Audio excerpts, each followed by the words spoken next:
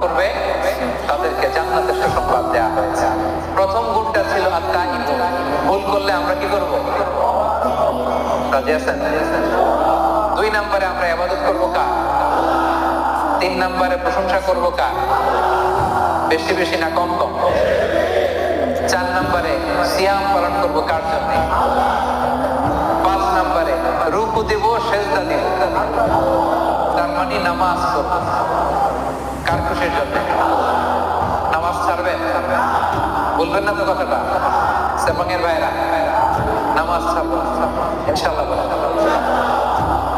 7 এবং 8 নাম্বার ভালো কাজের আদেশ করবো, ভালো কাজ শুধু নিজেই করবো না, আদেশ করবো, এবং মন্দ কাজের নিষেধ করবো। 9 নাম্বার হাফিজুনা লিহুদুদিল্লাহ, আল্লাহর যে বিধিবিধান এই বিধিবিধানের বাইরে যাবো না, এর ভেতরেই থাকবে।